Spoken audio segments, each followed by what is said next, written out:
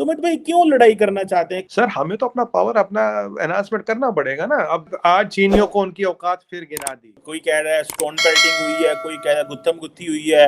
हुआ क्या था, जो तवांग सेक्टर है यहाँ 2006 में एलएसी डिमार्केट हुई थी, जो चाइना भी मानता हम भी मानते। अब करीब करीब भी हो गए 17 साल आज, करेक्ट? 17 एक साल हो गए, 16-17 साल। अब वहां क्या है, अब वहां हमारी पेट्रोल पार्टी जाती थी। पेट्रोल पार्टी में 10-20 लोग अपने एरिया तक पेट्रोल करते, वो अपने एरिया पे करते हैं। उस दिन क्या हुआ, 9 दिसंबर वाली बात थी। इस दिन 300 चीनी आ गए और उन्होंने एलएसी क्रॉस करने की कोशिश की। और अगर आपको याद हो, मैं आपके शो पे कह चुका हूं, LAC and LOC will heat up, it's a matter of time, take my word, it will heat up.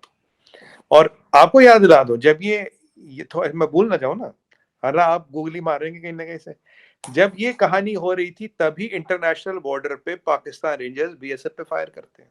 नमस्कार दोस्तों, जियो डिबेट विद जय में आपका स्वागत है। 9 दिसंबर को 300 से ज़्यादा चीनी सैनिकों ने अरुणाचल प्रदेश में तवांग के यिंगस्टे में 17,000 फीट की ऊंचाई पर भारतीय सीमा में घुसपैठ करने लगे।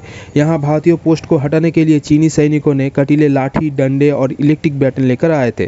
भारतीय सेना भी चीनी सैनिकों का मुकाबला करने के लिए पूरी तरह से तैयार थे। जैसे ही चीनी सैनिकों ने हमला किया, भारतीय जवान ने भी जोरदार जवाब देना शुरू कर दिया। इसमें 19 से ज़्यादा चीनी सैनिक बुरी तरह से घायल हो गए। महीनों बाद इंटरनेशनल बॉर्डर पे बीएसएफ पे फायरिंग हुई है, महीनों बाद, पहले नहीं हो रही थी।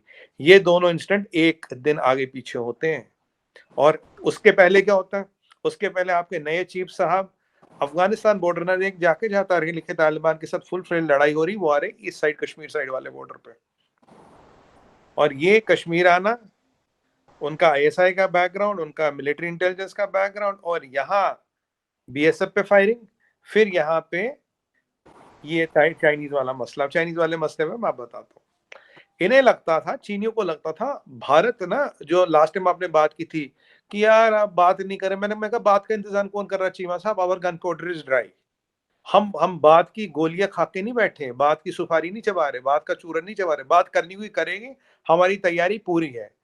चाइना को लगा माइनस सब जीरो टेम्परेचर है, बिल्कुल टाइम नहीं है लड़ाई करने का, ना वो कोई लड़ाई करेगा, ना कोई लड़ाई जीत सकता है उस ऑल्टीट्यूड पे, टेम्परेचर पे। It's not humanly possible.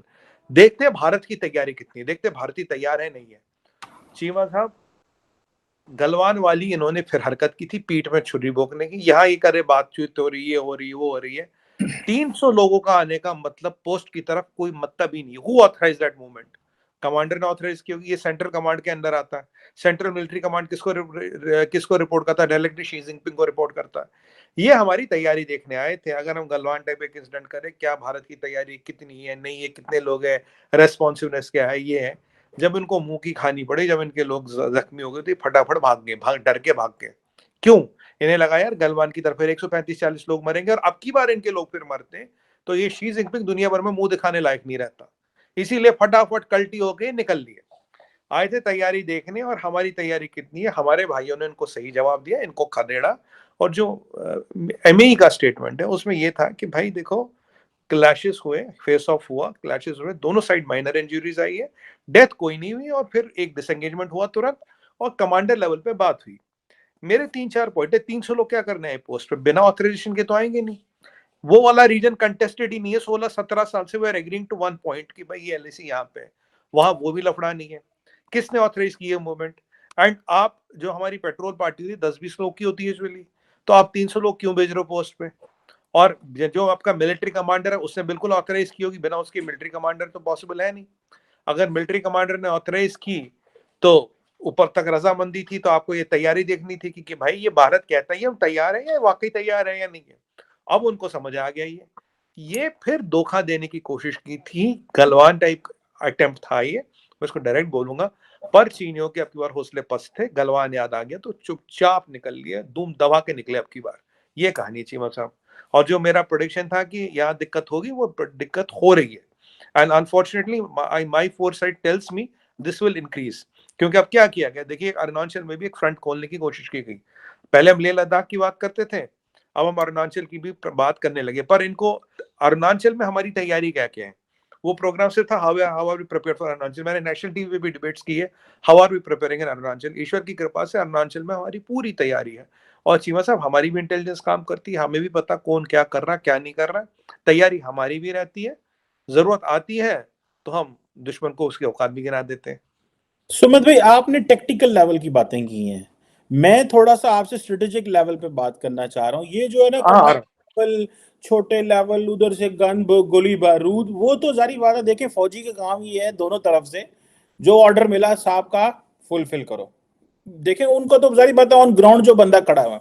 ये कहा जाता है, अब ये कहा जाता है कि जो इंडिया की चाइना पॉलिसी है वो कंफ्यूज है। और ये भी कहा जाता है कि पिछले 2 साल से जो जो दिल्ली है, मोदी साहब जो हैं, वो बीजिंग से डरे भी हुए हैं, लेकिन वॉशिंगटन के करीब भी नहीं हो रहे, चाह रहे to give a message to Beijing कि हम जो है वॉशिंगटन के साथ मिलकर आपको फेंटा लगाएंगे। अब ये जो कॉन्ट्रडिक्शन है, बेसिकली इसकी वजह से चाइनीज जो हैं वो एक्सप्लॉइट कर रहे हैं। आप क्या कहते हैं? चीमा साहब, मैं समझाता हूँ आपको। देखिए, 3 पार्ट है। पहला पार्ट है बीजिंग के साथ जो हमारी अलावत है, ये दुनिया को पता है।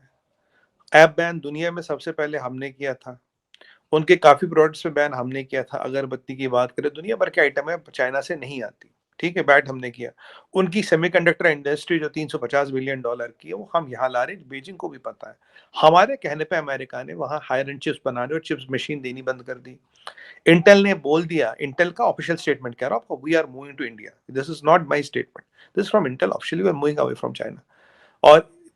और चिप इंडस्ट्री का 3 ट्रिलियन का एक्सपोर्ट से सीधा इम्पैक्ट है, because that is the backbone of Chinese economy. China बिना एक्सपोर्ट के नहीं रह सकता। China is not a self consuming economy. China की जो हालत है, देखिए हो क्या रहा है। और हमने I2U2 बनाया, हमने कॉर्ड बनाया, हम अमेरिका के साथ खुल के आ रहे हैं। हम सभी सबसे बड़ी एक्सरसाइज कर रहे हैं। हम तो LAC के पास ओली में एक्सरसाइज भी कर रहे हैं, 100 किलोमीटर दूर हम एक्सरसाइज भी कर रहे हैं अमेरिकन के साथ। LAC में ओली जगह है 100 किलोमीटर फ्रॉम LOC, जिसमें बिल्कुल LOC वाला माहौल है, हाइट है, ऑक्सीजन कम है, बर्फ बर्फ सब वही है। एक्सरसाइज भी हो रही है। और अब आई थिंक इट्स एक्सरसाइज युद्ध अभ्यास मींस प्रैक्टिस ऑफ वॉर, वो हो रही है। और सबसे ज्यादा हम एक्सरसाइजेस जो करते हैं यूनाइटेड स्टेट्स में, अमेरिका के साथ ही करते हैं। और सबसे ज्यादा जो यूनाइटेड स्टेट्स किसी भी कंट्री के साथ एक्सरसाइज करता है, वो इंडिया के साथ करता है। चाहे वो इंडियन ओशन में हो, साउथ चाइना सी में हो, वो हमारे हाई ऑल्टीट्यूड्स पे हो, ये एक्सरसाइज हो रही है। तो हम इनको ये चाइना को बता के कर रहे हैं, दिखा के कर रहे हैं, डर के नहीं कर रहे। और आपको याद होगा, चाइना ने इस पे ऑब्जेक्शन भी उठाई थी, तो यूएस ने कहा था नन ऑफ योर बिजनेस। हमने भी कहा था माइंड योर ओन बिजनेस। बिल्कुल अमेरिकन से बिल्कुल ये कहा था, नन ऑफ योर बिजनेस।